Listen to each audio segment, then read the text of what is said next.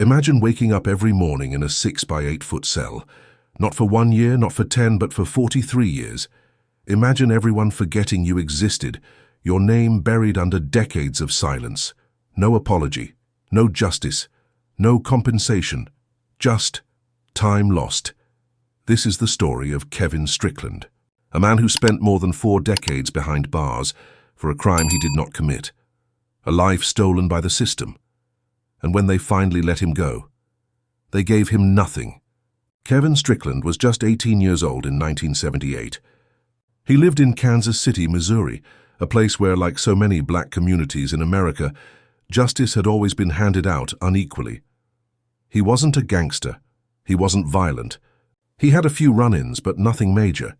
He lived with his family, he worked, he stayed close to home. But on April 25, 1978, everything changed. That evening, 3 people were shot and killed in their home. It was a brutal execution-style triple murder. Police quickly arrested 2 men, Vincent Bell and Kilm Adkins, and both known in the streets. But the police wanted a 3rd man, a so-called accomplice. That's when the name Kevin Strickland came up, from one source only, Vincent Bell, one of the actual killers. Bell claimed Kevin was with them. That was all it took, even though Kevin had no criminal record of violence, no physical evidence tied him to the scene. He had an alibi. He was home watching TV, and the surviving witness didn't identify him at first still. The system needed someone to blame. Kevin was arrested and charged with capital murder. From the moment the police put the cuffs on, he insisted, "I didn't do this, I wasn't there, you have the wrong person." But the wheels of injustice were already spinning. Prosecutors offered him a plea deal. He refused. Because he believed deep down that if he told the truth, justice would prevail. He was wrong. His first trial ended in a hung jury. The only black juror refused to convict him, so prosecutors retried the case. This time, an all-white jury. Despite weak evidence, despite questionable testimony, despite his consistent innocence, Kevin Strickland was found guilty and sentenced to life in prison without parole for 50 years. A teenage boy was buried alive in a concrete box. He was just 18 years old, and his life was over. Kevin was sent to Western Missouri Correctional Center. For 43 years he would live in a cell, watching the world move on without him. While he sat behind bars, his mother died. His father died. 2 siblings passed away. He missed birthdays, funerals, holidays. He missed life. He said the hardest moment was when the prison guards told him, "You can't go to your mother's funeral." He broke down. He started to lose hope, and for years no one was listening. Years later, the 2 real killers, Bell and Adkins, admitted Kevin had nothing to do with it.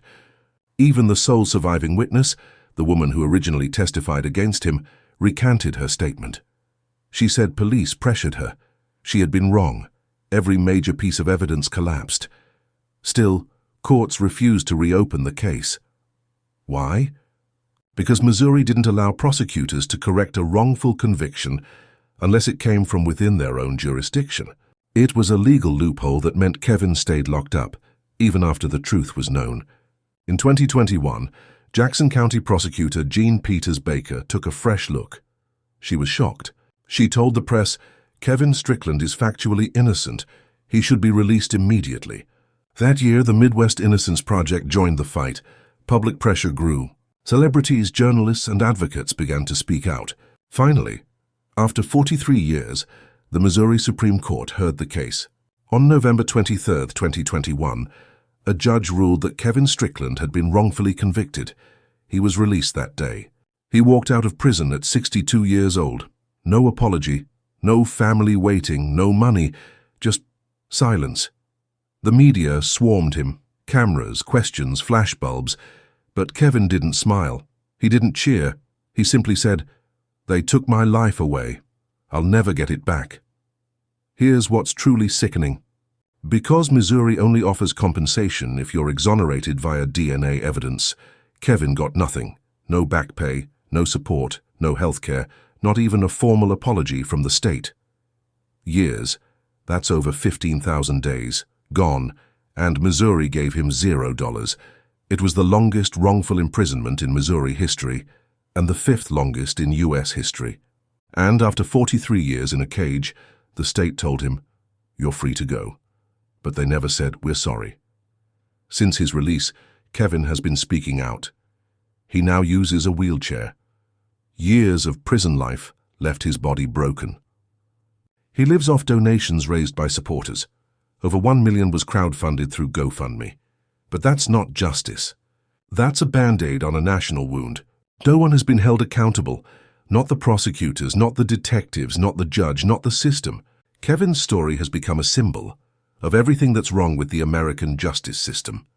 Racial bias, corrupt prosecutors, broken public defense, legal loopholes, and the indifference of the state.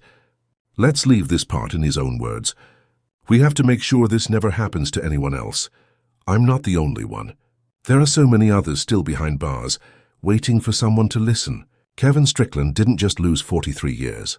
He lost his youth, his family, his health, his peace of mind, and when they finally let him out, they gave him nothing. How many more men are out there, forgotten in the shadows of the system? How many more Kevin Stricklands are still behind bars, for crimes they didn't commit?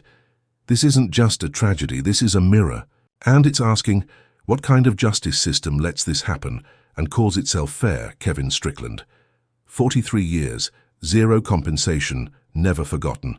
Subscribe to Black Justice for more untold truth.